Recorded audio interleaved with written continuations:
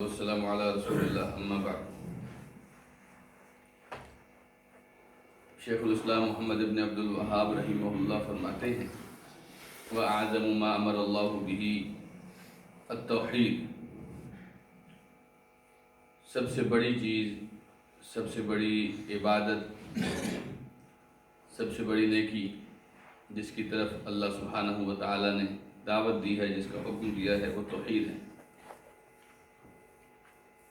اور توحید کیا ہے؟ وَهُوَ إِفْرَادُ اللَّهِ بِالْعِبَادَةِ، اللہ سبحانہ و تعالیٰ کو عبادت کے اندر اکیلا مانا جائے۔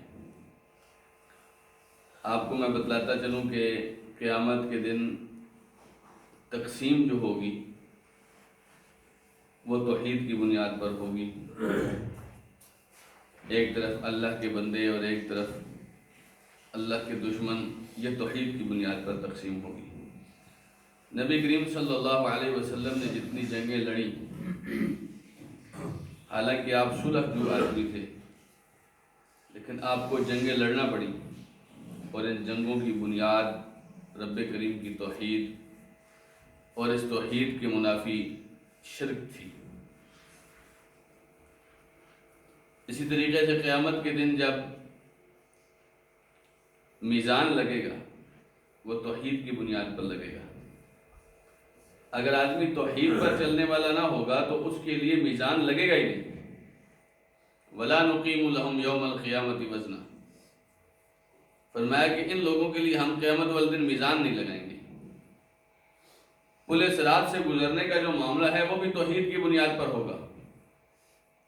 اگر ایک آدمی توحید پرست نہیں ہے تو اس کو پل صراط سے گزرنے کی ضرورت ہی نہیں پڑے گی، وہ اس سے پہلے ہی جہنم میں چلا جائے گا۔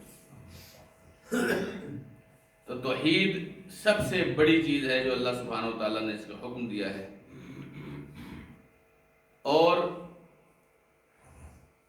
اس توحید کی بنیاد پر دنیا میں انسان اللہ کے ساتھ اور اللہ کے بندوں کے ساتھ معاملات کرتا ہے، اور اسی کی وجہ سے انسان کی دنیا کی بہت ساری بلائیں، بہت ساری مصیبتیں، بہت ساری تکلیفیں اللہ ٹالتا ہے اس توحید کی وجہ سے۔ امام ابن رجب الحنبلی فرمایا کرتے تھے التوحید هو الاکسیر الاعظم، سب سے بہترین اکسیر، دوا آپ کی اندرونی بیماریوں کی، وہ رب کریم کی توحید ہے۔ اس لیے اللہ سبحانہ وتعالیٰ نے سب سے بڑا جو حکم دیا ہے وہ توحید کا دیا ہے۔ وَأَعْظَمُ مَا نَهَا عَنْهُ الشِّرْكُ، اور سب سے زیادہ جس چیز سے روکا ہے وہ شرک ہے، کیونکہ شرک کیا ہے؟ هُوَ دَعْوَةُ غَيْرِهِ مَعَهُ، آپ اللہ کے ساتھ غیر اللہ کو پکاریں، یہ شرک ہے۔ قرآن مجید کو آپ پڑھنا شروع کریں، سب سے پہلے اللہ تعالیٰ نے توحید کی دعوت دی ہے۔ یا ایھا الناس اعبدوا ربکم، اے لوگوں اپنے رب کی عبادت کرو۔ سب سے پہلا حکم جو سورہ بقرہ میں اللہ سبحانہ تعالیٰ نے دیا وہ یہ ہے، اور سب سے پہلے جس چیز سے روکا ہے، اس کے ساتھ ہی اسی آیت سے آگے فرمایا فَلَا تَجْعَلُوا لِلَّهِ أَندَادًا، تم اللہ کے ساتھ کسی اور کو شریک مت بناؤ، اللہ کے مقابلے میں کوئی اور کھڑا مت کرو۔ حضرت عبداللہ ابن مسعود رضی اللہ عنہ نے نبی کریم صلی اللہ علیہ وسلم سے پوچھا کہ اے اللہ کے رسول ای الذنب اعظم، سب سے بڑا گناہ کون سا ہے؟ سب سے بڑا گناہ، انسان گناہ تو بہت کرتے ہیں لیکن سب سے بڑا کیا ہے؟ آپ نے فرمایا ان تجعل للہ ندا وہو خلقک، جس اللہ نے تجھے پیدا کیا ہے اس کے مقابلے میں تم کسی اور کو کھڑا کر دو، حالانکہ پیدا تمہیں اللہ نے کیا ہے، یہ سب سے بڑا گناہ ہے۔ آپ نے فرمایا الا اخبرکم باکبر الکبائر، میں کبیرہ میں بھی سے بھی سب سے بڑے کبیرہ کے بارے میں تمہیں نہ بتاؤں؟ الاشراک باللہ، اللہ کے ساتھ شرک کرنا، وعقوق الوالدین، اور دوسرے نمبر پہ والدین کی نافرمانی، والدین کے اوپر ظلم و زیادتی ہے۔ سب سے پہلی چیز آپ نے فرمایا اکبر الکبائر، مطلب کبیرہ کا بھی کبیرہ، وہ شرک ہے، اور اللہ سبحانہ وتعالیٰ نے اس کو منع کیا۔ لقمان علیہ السلام اس دنیا کے معروف ترین ایک حکیم تھے، دانا تھے، سمجھدار ترین آدمی تھے، جن کے نام پر اللہ سبحانہ وتعالیٰ نے قرآن مجید میں سورت نازل کی ہے. وہ اپنے بیٹے کو نصیحت کر رہے ہیں، کہتے ہیں یا بنی لا تشرک باللہ، میرے بیٹے شرک کبھی مت کرنا، فإن الشرک لظلم عظیم، کیونکہ یہ سب سے بڑا ظلم ہے، شرک کبھی مت کرنا. اللہ سبحانہ وتعالیٰ نے فرمایا، ہماری ان باتوں کی دلیل کیا ہے؟ فرمایا وَاعْبُدُوا اللَّهَ وَلَا تُشْرِكُوا بِهِ شَيْئًا، اللہ کی عبادت کرو اور اللہ کے ساتھ کسی اور کو شریک مت بناؤ، کسی اور کو شریک مت بناؤ. بعض لوگ سمجھتے ہیں کہ ہم اللہ تعالیٰ کو چھوڑ کر کسی غیر کو پکاریں گے تو یہی شرک ہوگا. ایسا نہیں ہے. شرک میں یہ بات بھی شامل ہے، آپ یہاں مسجد میں آئیں اور اللہ کو سجدہ کریں، اور کسی دربار میں جائیں تو اس کے سامنے بھی جھک جائیں، کسی حکومتی عہدیدار کے پاس جائیں تو اس کے سامنے بھی سر جھکا دیں، تو جہاں جہاں آپ سر جھکائیں گے یہ سراسر شرک ہی شرک ہے، شرک ہی شرک ہے. ایسا نہیں ہے کہ آپ اللہ کا انکار کر کے ہی مشرک بنیں گے.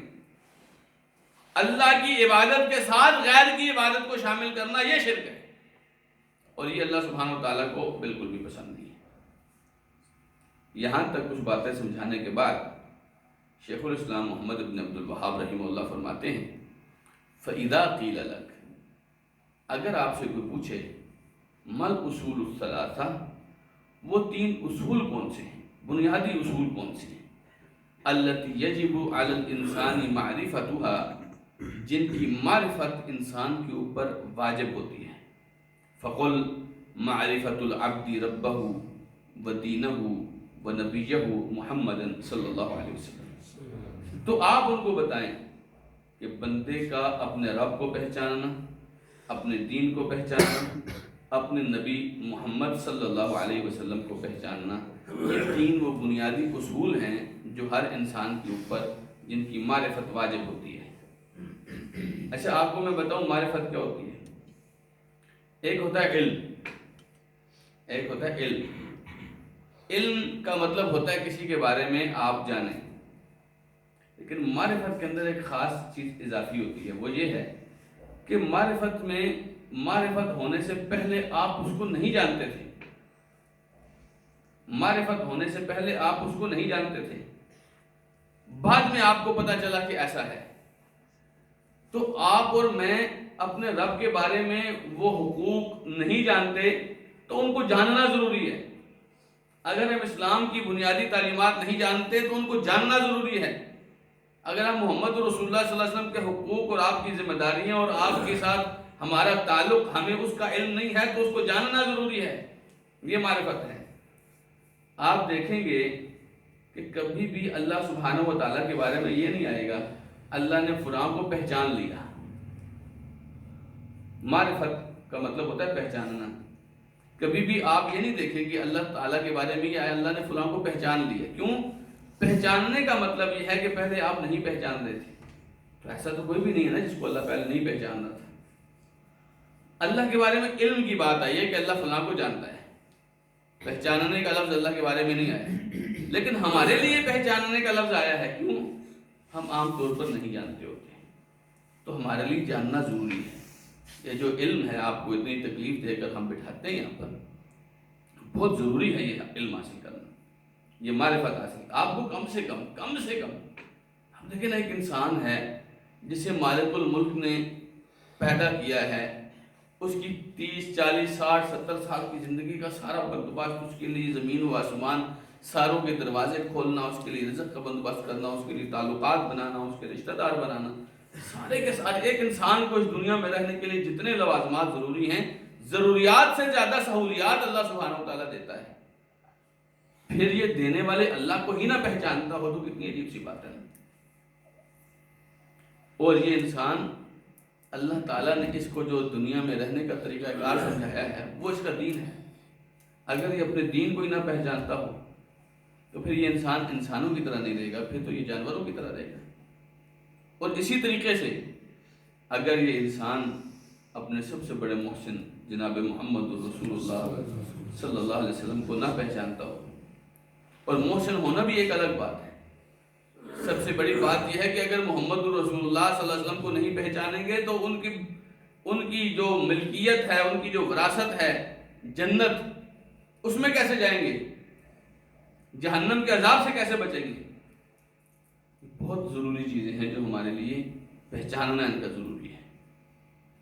تو انشاءاللہ العزیز اللہ سبحانہ تعالیٰ نے توفیق دی، کل ہم آپ کو یہ تینوں چیزیں، یہ آپ کو پتہ ہے قبر کے سوالات بھی ہیں، قبر میں فرشتے آ کر یہی بات کریں گے، من ربک، تیرا رب کون تھا؟ تو آدمی بتائے گا میرا رب اللہ تھا۔ فرشتے پوچھیں گے ما دین، تیرا دین کون سا تھا؟ اسلام ہے۔ اچھا کچھ تو بتا لیں گے نا، کہ وہ معرفت تھی، ان کو پہچان تھی ان کو۔ اکثر لوگ ایسے کہیں گے، ہاں حدیث کے لفظ ہے یہ، کہے گا ہاں لا ادری، مجھے تو پتہ ہی نہیں، مجھے تو پتہ ہی نہیں، میں تو نہیں جانتا۔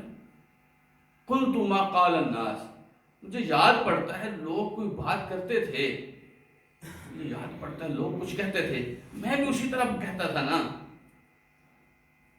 نبی علیہ السلام نے فرمایا فرشتے اس کو ایک زور کا ایک گرز ماریں گے اور کہیں گے ما تلیتا ولا دریتا، نہ تو نے خود کبھی کچھ پڑھا، نہ تو نے کبھی خود پڑھا، اور نہ تو نے کبھی سمجھنے کی کوشش کی۔ یا تو یہ تھا کہ تو کسی کے پاس جا کے سمجھ لیتا نا، اور اللہ کی قسم کھا کے کہتا ہوں یہ حلقات کسی مقصد کے لیے لگائے گی، کچھ سمجھ لیتے ہیں۔ اور اگر کسی کے پاس نہیں کیا تو ماں تلیتا، خود بھی تو کچھ نہیں پڑھا، خود میں نے اپنے آپ کو، اپنے قرآن کو کتنا وقت دیا؟ کم سے کم ایک انسان اگر زندگی بھر کچھ نہیں کر کے گیا تو وہاں اس کا گھر کھانا بنتا ہے کہ نہیں بنتا؟ اس کو اتنا بھی نہیں پتا چلا اس کا رب کون ہے۔ ماں دینوں کا، تیرا دین کیا تھا؟ دین کا مطلب ہوتا ہے جس راستے پر آپ نے پوری زندگی چلنا ہے۔ اب ایک آدمی کو ساری زندگی گزارنے کے بعد یہ بھی پتہ نہ چلے کہ اس کے لیے اللہ نے راستہ کون سا متعین کیا تھا۔ الیوم اکملت لکم دینکم واتممت علیکم نعمتی ورضیت لکم الاسلام دینا، اور میں نے اسلام کو پسند کر لیا تمہارے لیے بطور دین۔ ایک آدمی کو یہ بھی پتہ نہ چلے، اور جس کو پتہ نہیں چلا اس نے اسلام پر عمل کیا کرنا ہے؟ اور اگر اسلام پر عمل نہیں کیا فمن یبتغی غیر الاسلام دینا فلن یقبل منہ، کوئی آدمی اسلام کے علاوہ کسی اور طریقے پر چلتا رہا، کسی اور دین کو اپناتا رہا، اللہ فرماتے ہیں اللہ اسے کبھی قبول نہیں کرے گا، اللہ کبھی قبول نہیں کرے گا۔ آپ تصور کیجئے نا، یہ وہ اسلام ہے جس کے لیے محمد رسول اللہ صلی اللہ علیہ وسلم نے کتنی چوٹیں کھائی تھیں، کتنے صحابہ کو شہید و قربان کیا تھا، اور مجھے پتہ ہی نہیں اسلام کیا ہے، اتنی بھی قدری۔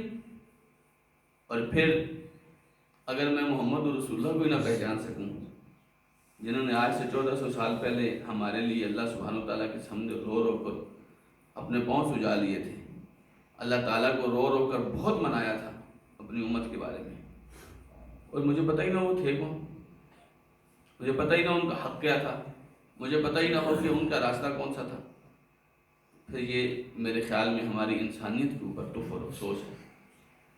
مسلمانیت تو بہت دور کی بات ہے، بطور انسان ہمیں کم سے کم کسی کے احسان مند ہونا چاہیے تھا، خاص طور پہ وہ شخصیت جس نے اپنی زندگی ہم پر احسان کرتے ہوئے گزار دی۔ کیا ہم اللہ کے رسول صلی اللہ علیہ وسلم کے کسی ایک احسان کا بھی بدلہ دے سکتے ہیں؟ وہ راتیں جب 3 راتیں اللہ کے رسول صلی اللہ علیہ وسلم غارِ ثور میں جو ہے وہ کافروں سے چھپ کے گزارتے رہے کہ ہم نے اس دین کی حفاظت کرنی، وہ چوٹیں جب رسول اللہ صلی اللہ علیہ وسلم لوگوں سے کھایا کرتے تھے، جی وہ اوجڑیاں جو آپ کی کمر مبارک پر رکھی جا سکتی ہیں، ہم کسی بھی بات کا جواب دے سکتے ہیں، بدلہ دے سکتے ہیں، لیکن اگر ہم اس پیغمبر کو پہچان بھی نہ سکیں پھر ہماری انسانیت پر افسوس ہے۔ تو انشاءاللہ ہم کوشش کریں گے آئندہ جو 8-10 دن ہیں، ہماری کوشش ہے کہ ہم آخری اشرے سے پہلے اس کو مکمل کریں، لیکن اس میں آپ کی چستی اور آپ کی توجہ اور شوق بہت ضروری ہے۔ یہ تو آپ کو ہم بتا رہے ہیں نا کہ کتنا اہم معاملہ ہے، اس کا آپ کو فائدہ ہوگا، آپ کو قبر میں بھی فائدہ ہوگا، آپ کو اس زندگی میں بھی فائدہ ہوگا، اور آپ کو اس زندگی میں بھی فائدہ ہوگا۔ اللہ تعالیٰ مجھے اور آپ کو اس کی توفیق دے۔ جزاکم اللہ خیر، وآخر دعوانا ان الحمد للہ رب العالمین۔